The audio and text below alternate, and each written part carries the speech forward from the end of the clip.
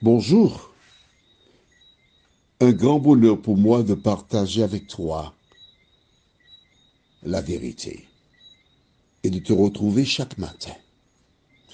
Je remercie l'Éternel qui a mis en toi ce désir et je t'invite à ne pas t'arrêter en chemin, mais à continuer, à aller jusqu'au bout. Nous avons vu hier comment Aaron, grand frère de Moïse, qui était responsable du peuple en l'absence de Moïse, sans hésiter, demanda aux hommes de donner tout ce qu'il y avait comme anneau qui était aux oreilles des femmes, des filles et des fils. À travers cet acte tout de même, il y a quelque chose de positif. Je m'entends. N'étant plus esclaves, ils n'avaient pas besoin des anneaux à leurs oreilles. Voilà donc pourquoi cela était positif. Ils se débarrassaient des anneaux, de l'or. Aujourd'hui, nous lirons au livre de Exode chapitre 32, les versets 7 à 10. L'Éternel dit à Moïse, va, descends, car ton peuple que tu as fait sortir du pays d'Égypte s'est corrompu. Ils se sont promptement écartés de la voie que je leur avais prescrite. Ils se sont fait un veau en métal fondu. Ils se sont prosternés devant lui et lui ont offert des sacrifices.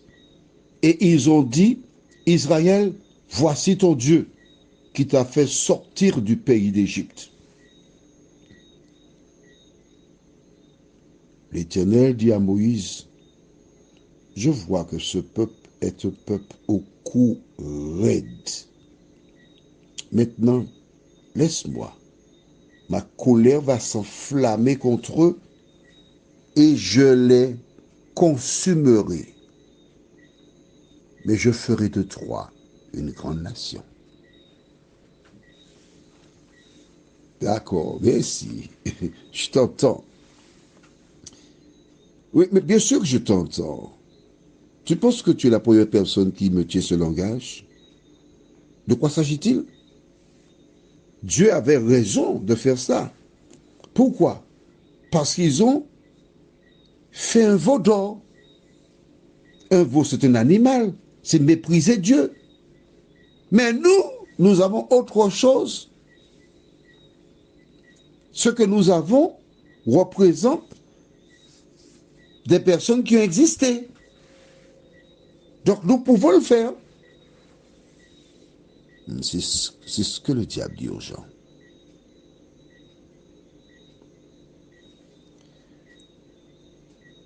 Que dit Dieu? Rappelle-toi, nous sommes dans Exode chapitre 32, versets 7 à 10. On est d'accord? Allons dans Exode chapitre 20. Tu es d'accord avec moi que Exode chapitre 20 se trouve bien avant Exode chapitre 32. On est d'accord?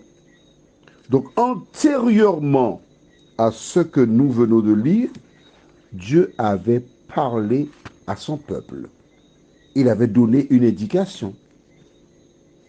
Est-ce que tu es d'accord avec moi? Réponds-moi pour que j'entende.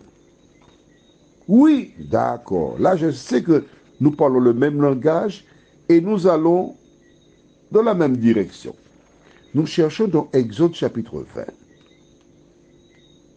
Qu'est-ce que Dieu avait dit à Israël?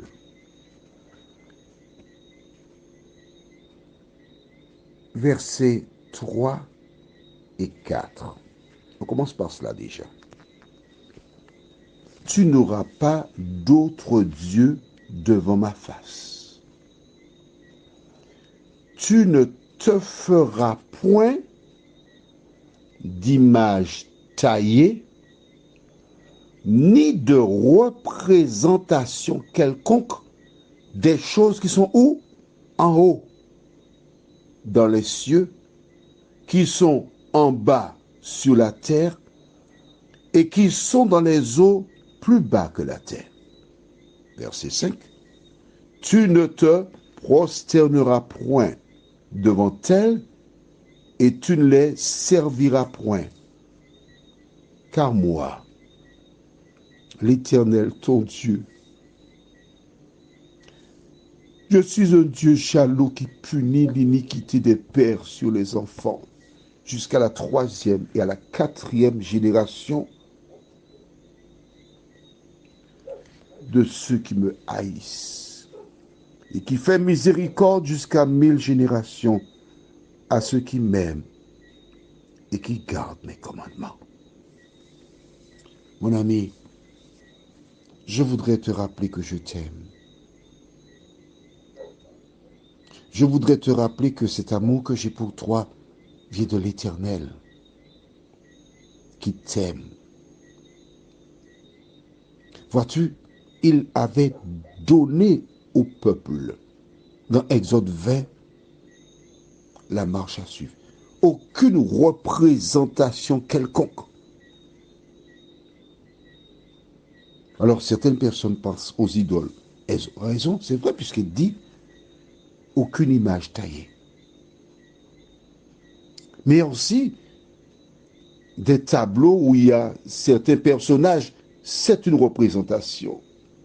Il y a aussi des rouleaux d'images qu'on utilise pour montrer aux enfants qui est Jésus. C'est une représentation. C'est subtil.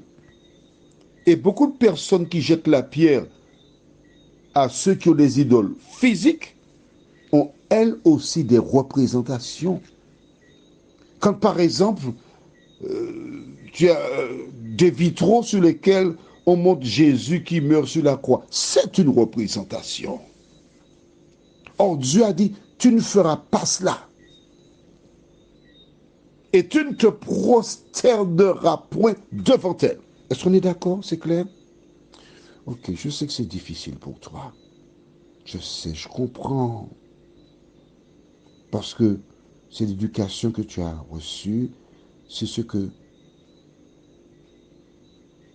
tu crois être juste. Mais Dieu te parle ce matin. Dieu te montre la vérité. Feras-tu comme Nebuchadnezzar? Note bien qu'il dit, le verset 5, tu ne te prosterneras point devant elles, et tu ne les serviras point. Car moi, l'Éternel, ton Dieu, je suis un Dieu jaloux qui punit l'iniquité. Alors l'iniquité dans 1 Jean 5, verset 12, tu sais déjà que c'est dit que toute iniquité est un péché. D'accord? Donc il punit l'iniquité ou encore les péchés des pères sur les enfants jusqu'à la 3e et à la 4e génération de ceux qui me haïssent. Je t'explique ça. Écoute attentivement. Lorsque tu fais des idoles, en fait, tu es Dieu. Haïr, le verbe haïr. Et quand il dit qu'il punit jusqu'à la 3e et à la 4e génération, qu'est-ce que ça veut dire? Tout simplement que toi, tu consommes de l'alcool. C'est un exemple. Hein? Tes enfants te voient consommer l'alcool. Certains d'entre eux risquent de reproduire la même chose. Boire de l'alcool. Tes petits-enfants qui voient le papy et papa boire risquent de boire de l'alcool. Et ça va ainsi. C'est ainsi qu'il punit l'iniquité. En fait, ce n'est pas lui qui punit l'iniquité, c'est l'homme qui, par son choix, recherche la sanction. Et quand tu as des idoles, tes enfants suivent l'exemple que tu leur donnes. Et en le faisant, tu les incites à haïr Dieu. Tu fais quoi en fait? Exactement comme Ève. Voilà pourquoi au début du cycle sur les idoles, nous avons vu le récit. Quand Dieu dit quelque chose, le diable incite les hommes à faire le contraire de la parole de Dieu. Ils avaient la connaissance. Ève et Adam avaient la connaissance. Mais l'ennemi les a convaincus de faire le contraire de la parole de Dieu. Prions. Seigneur, quelle tristesse. Tu dis, ils se sont corrompus. C'est une corruption lorsque nous avons des idoles, des représentations. Seigneur, nous te remercions pour la parole. Nous te remercions pour la vérité. Cet esprit, merci de nous aider à bien comprendre la parole qui nous sauve et à ne pas suivre la tradition. Mais Jésus, nous t'en prions, en son nom et pour ta gloire éternelle. Amen. Que l'Éternel continue de te bénir. Sache une chose c'est que c'est pas facile pour toi. Je sais. Mais Dieu t'aime. C'est pourquoi il te révèle la vérité. Prends soin de toi.